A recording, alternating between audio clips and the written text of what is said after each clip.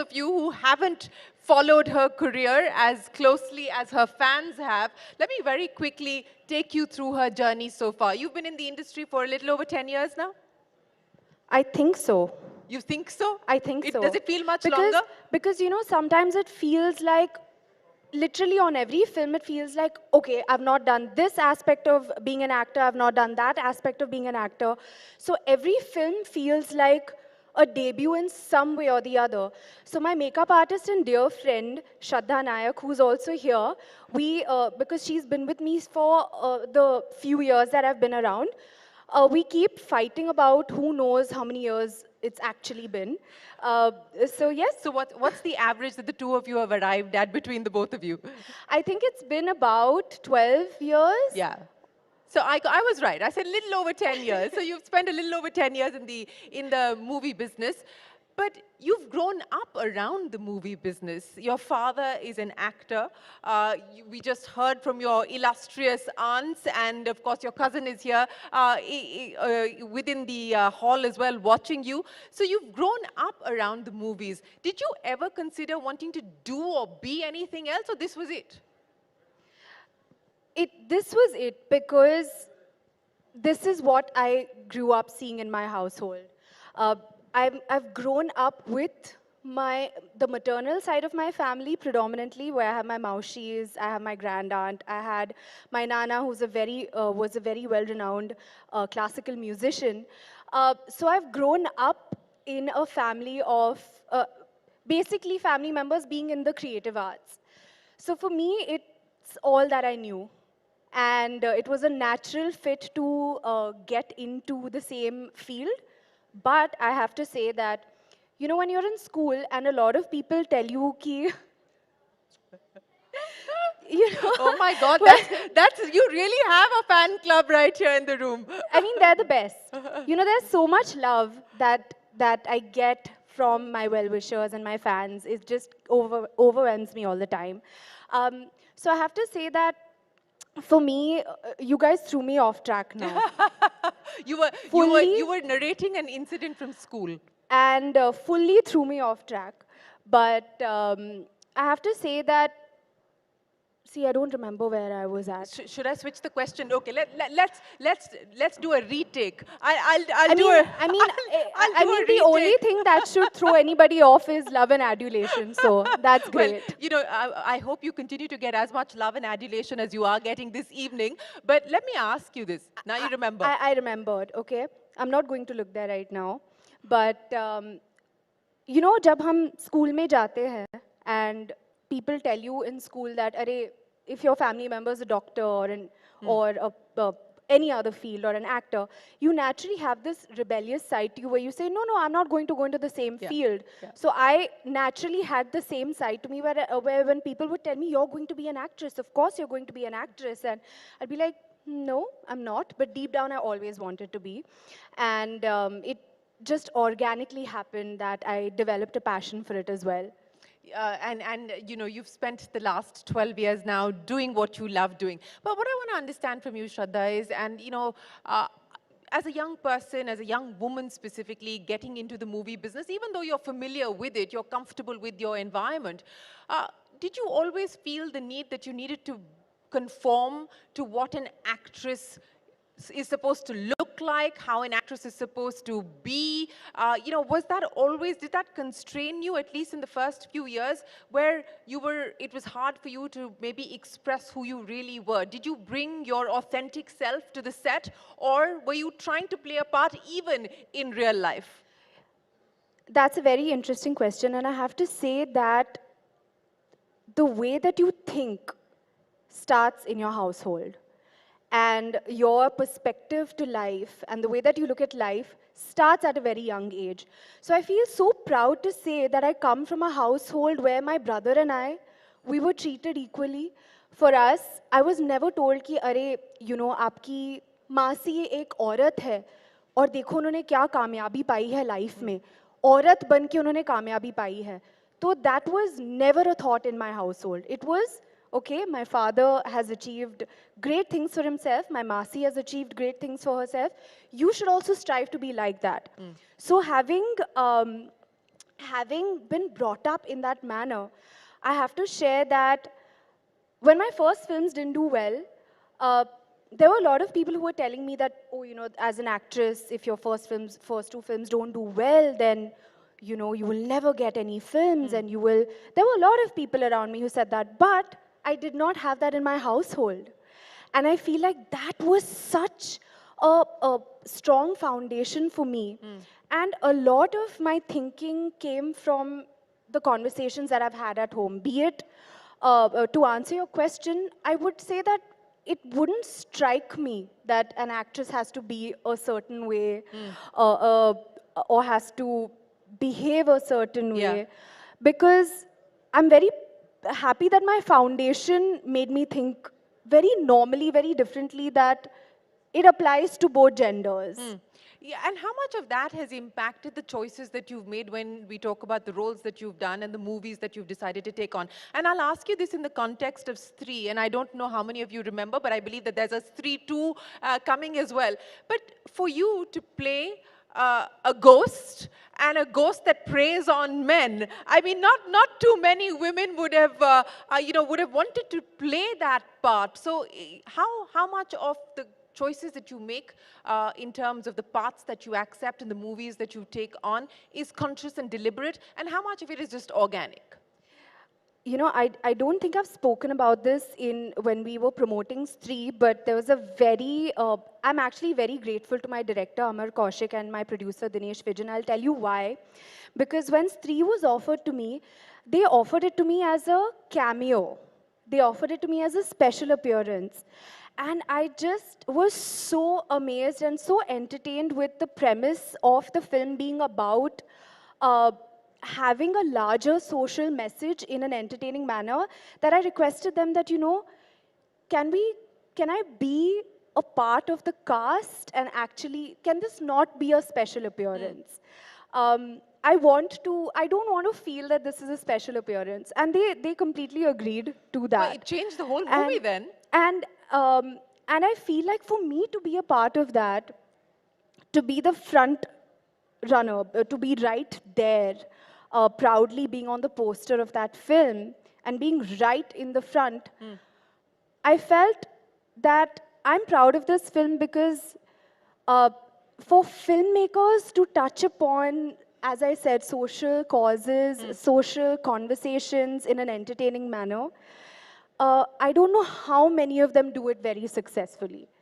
You know, you said something interesting here. You said that you had a conversation with the director and the producer and said that it shouldn't be a cameo, that it should be a much larger role. And that resulted in a completely different movie. But how much say do you have as an actor, or for the lack of a better term in this context, as an actress, to dictate what the story should be or how the part should be played out, what layers the character should have? How much say and space do you find that you get?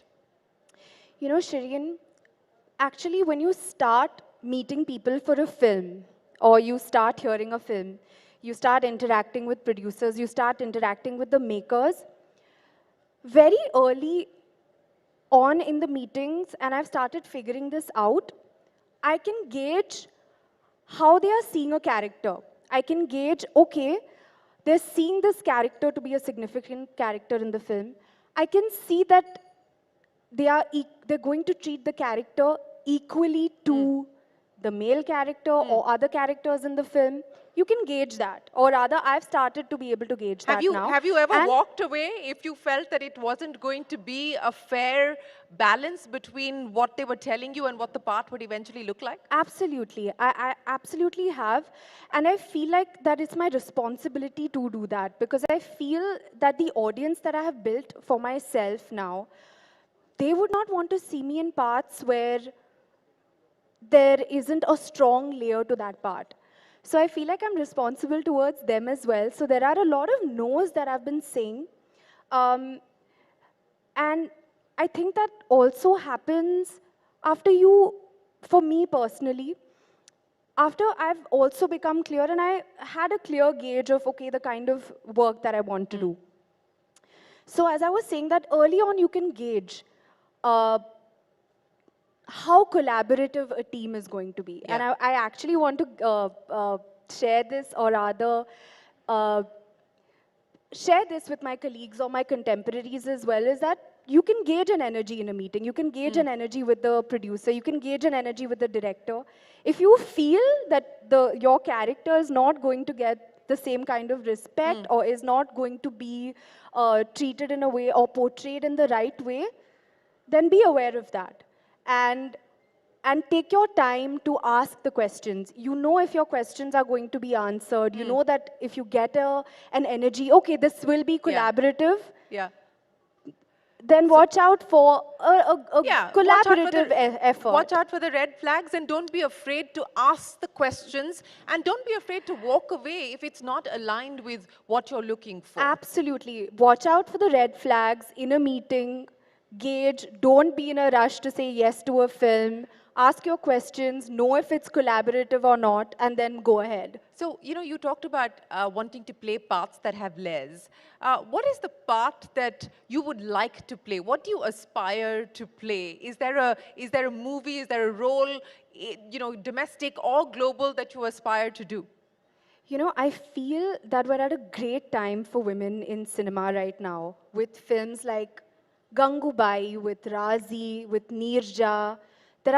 There's Manikarnika. Some of them are blockbusters. Some of them not. There would be Hasina, which is my film. There would be Thalaivi. There are so many films. So I feel that people are making these films. And people are on the lookout of strong female characters, strong stories that can be told. So frankly, I feel that because we are at a good space right now, I would be open to any interesting story. Because I think that there are so many interesting stories of women out there. You talked about the fact that we're seeing this change where women are now getting the leading role. So in a sense, they're playing the heroes of a film. And not being relegated to sort of the song and dance aspect of it. How much of this change is because, you've got the OTT platforms now, so there is a different kind of content that the audience is getting used to? How much of it is the fact that, this is an aspirational country with a young population, and so choices for that audience, is different, and they're willing to experiment with the kinds of content that they consume? What do you believe has led to this change that we're seeing, where women are being portrayed so differently than what we're used to? There is this conversation about whether film is a representation of society or vice versa. And frankly, I feel it's a conversation. I don't think that we can land up at a conclusion about it. I can comment on what I've observed. I do feel that even before the entire OTT wave came on, we've had films like Neerja, we've had films released before where they have been about, women being the central character. So I also feel like, a lot of the times I hear that people say that, on OTT you can experiment, but I don't entirely agree with that. I feel like we have seen some massive theatrical releases. That's right. So I don't agree with that particularly. I feel that it's also about the market in some way, if I may say so. Yeah. I also feel that that has a role. It also has to do with times. There are different topics, there are different social topics which are of relevance. Back in the day, we didn't have touch screen phones. We didn't have people watching content on their phones. Yes. The allure of going to a theater was very different. I don't remember when exactly touch screen phones came, but I didn't have a touch screen phone. I remember that. Well, so they've been around for a while now. So. And they've been around for a while, but I remember that I had the button phone as one of my first phones. And so I feel that cinema also changes with the times. And with technology, and with the fact that we now have single screens and multiplexes coexisting, Absolutely. and that has changed the way that people Absolutely. consume their movies. Absolutely. You know, Yes. speaking of phones and speaking of technology, what has also changed is the fact that you now have social media. I don't know how many of you know this. She has 85 million followers on Instagram. Is that the last count? I don't remember exactly, but it's 80 plus. It's 80 plus, so 80 million followers on Instagram. Who is the real Shraddha Kapoor? Is what we see on Instagram the real Shraddha Kapoor? 100%. Absolutely, that's me. Uh, I love sharing when I'm having my poha. I love sharing when I'm enjoying my cup of chai in my little cup, which I'm so attached to that every day I'm like, is my cup okay? Is my cup okay? The polish of my cup is coming off, but I still want to share. And people know that, you know. I love sharing that. What else? What did I have for dinner? I love sharing that. Is there such a thing as oversharing, or you don't believe that there's any concept of oversharing? You know, I feel very, very fortunate for the kind of relationship that I've developed with my well-wishers and fans. I'll be very honest with you. I think it's extra special, if I may say so.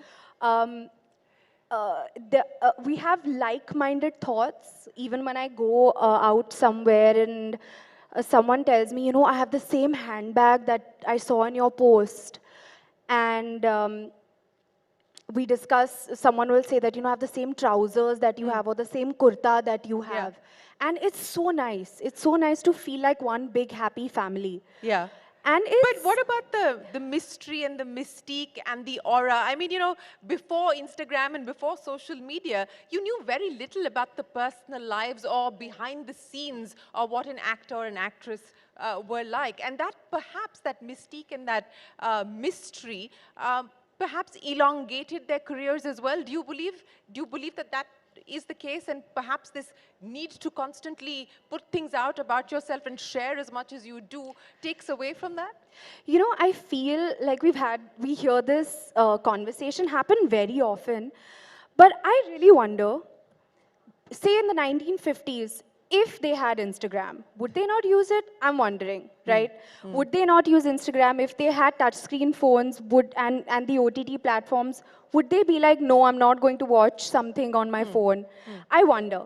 So I feel, again, we go back to that conversation about changing times and technology, and basically, the only constant is change, right? Yeah. It's pretty much that. I do feel that from my personal experience, my relationship with my fans has been enhanced to a whole other level being on social media. Because of the immediacy of the contact as well as the access that Absolutely. you've been able to give them. So you do control the Absolutely. narrative and you control your own story as And well. I have to tell you that the kind of joy that I feel when I'm reading their DMs or when I get to go on. Do you read them, or do you have a social media manager? I read them, and I have to say that I have to tell myself, okay, how much has my screen time been today? I have to look at that as well. But it's all me, and I have to tell you that the joy that I get when I read DMs and when I read comments and I get to interact on comments, and you really know what someone is thinking. You know, I don't know how much of that existed because I would imagine that stardom was also a lot more sheltered, perhaps. Yeah. To a certain degree, is my imagination of it. So I have no qualms in the era that I'm in, and I'm embracing it wholly and solely. Yeah, clearly, with 85 million followers, it clearly shows that you're embracing it. But you know, there's the good and the bad side of this. So the good is that you're getting all of this adulation and love immediately from your fans, and they're responding to you pretty much in real time. But you can also have a situation where you have people not say very nice things to you because anonymity provides that safety to say whatever you want to say without any consequences. How do you deal with that? I apply the same kind of thinking that I've been brought up with, which is perspective, which is what you pay attention to grows. If I focus on the love and adulation, and if I focus on also trying to hope that when I share candid aspects of my life, maybe someone is going to um, get inspired in some way also. So I focus on that very, very frankly. And I feel that that is something that I use also as my strength. Well, speaking of strengths and things that you're looking forward to, and people that you worked with, who do you look up to as the iconic sort of star that inspires you? And from your peer group, is there a peer that you feel more connected with or connected to in terms of the kind of work that they do? So icon and peer. I have so many people I look up to, so many icons that I look up to. I have them in my own household. I admire them for the way that they've brought me up to begin with, and of course, the kind of work that they've done has been phenomenal. Uh, in my peer group, there's so many people doing such good work. I recently watched Rocky or Rani Ki Prem Kahani, and I absolutely loved Alia in it. I thought that she was extremely effortless, so natural, an absolute delight to watch, and I thoroughly enjoyed watching her. Well, okay, so that's one big point there for Alia Bhatt in her latest movie. But, I can't let you go. And again, she's a woman with many talents. One is, of course, that she's a beautiful singer. And I've been told by everybody in my producing team that we have to get you to end with a song. Wherever you like. It could be your favorite song. It could be a song that embodies your journey in the movie business so Are far, we? or what you hope to do in the movie business Are in we the future. already at the end of our chat, though? We are, unfortunately, good things don't last too long, unfortunately, so we are at the end of our chat, unfortunately. Okay. So this is when I'm supposed to sing? This is where you're supposed to sing. Do you want me to say action? Should I? Okay, I'm seeing we're playing dumb charades. You guys only tell me what should I sing. On Will you popular sing with demand. me? Pakka. Promise. Pakka wala promise. You look at them, they're dying, they're waiting for you to start. Okay. तू मेरी नींदों में सोता है तू मेरे अश्कों में होता है सरगोशी सी है ख्यालों में तू ना हो फिर भी तू होता है ओके आई बैंड थोड़ा आगे so we'll sing the chorus together तेरी गलियां मुझको भावे गलियां तेरी गलियां